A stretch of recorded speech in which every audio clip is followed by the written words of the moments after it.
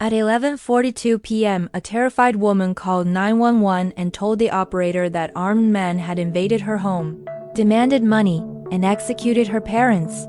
She said she'd been tied up upstairs, forced to listen as gunshots echoed through the house.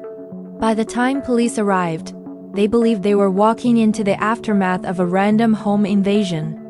What they didn't know yet was that the call itself was the crime scene. When officers entered the house, they found 24-year-old Jennifer Pan alive, bound, physically unharmed. Downstairs, it was something else entirely. Her mother was dead. Her father had been shot directly in the face and was barely clinging to life. Blood everywhere. No sign of the attackers. No witnesses except Jennifer. At first, the story seemed simple.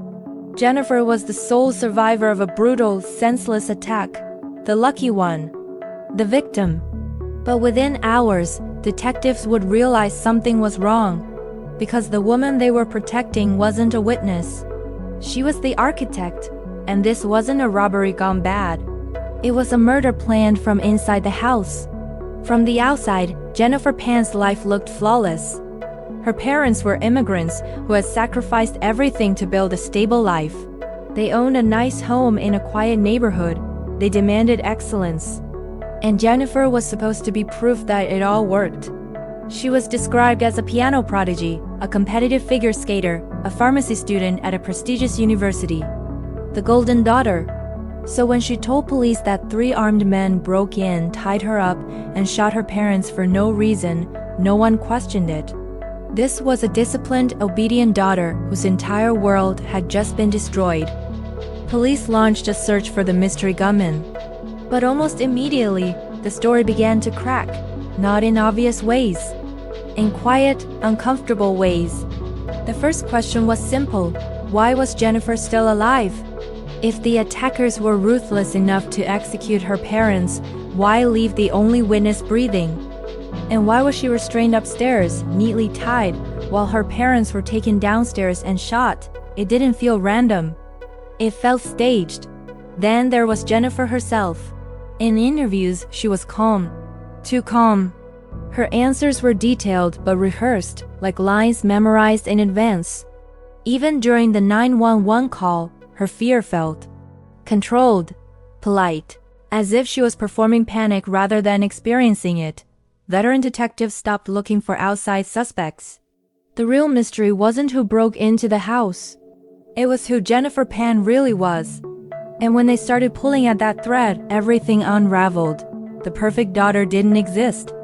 The straight-A student was a fabrication. Jennifer hadn't failed out of university. She never attended it. She hadn't graduated high school. For years, she forged report cards, acceptance letters, transcripts. Every document her parents trusted was fake. Each morning, her father dropped her off at a university she didn't attend.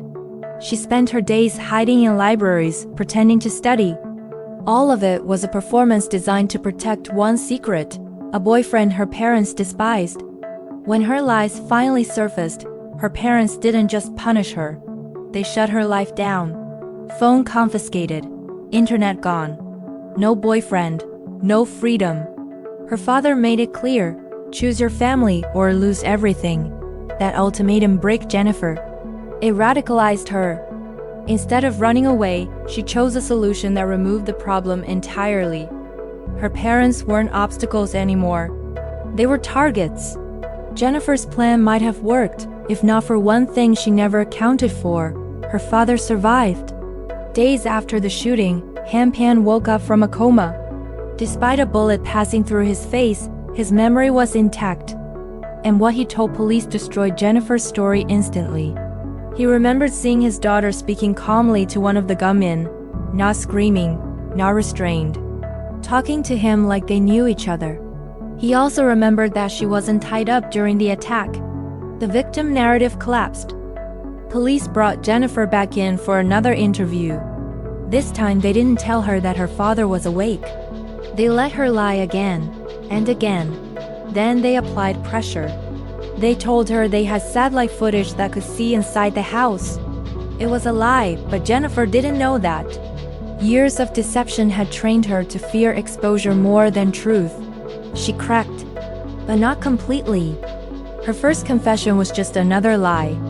She claimed she'd hired the men to kill her, a failed murder-suicide attempt. Investigators didn't react. They already knew better.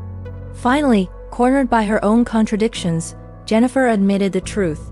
She had hired the gunmen to kill her parents. The price was $10,000. The motive was freedom, inheritance, and a life without control. Her mother was never supposed to survive. Her father wasn't either.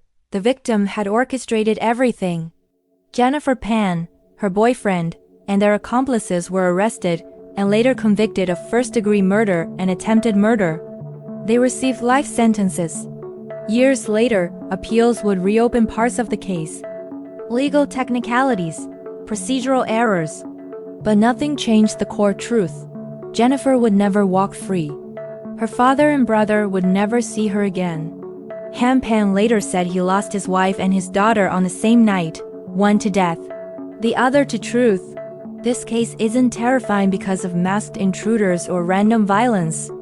It's terrifying because the threat came from inside the house, from someone trusted, someone loved.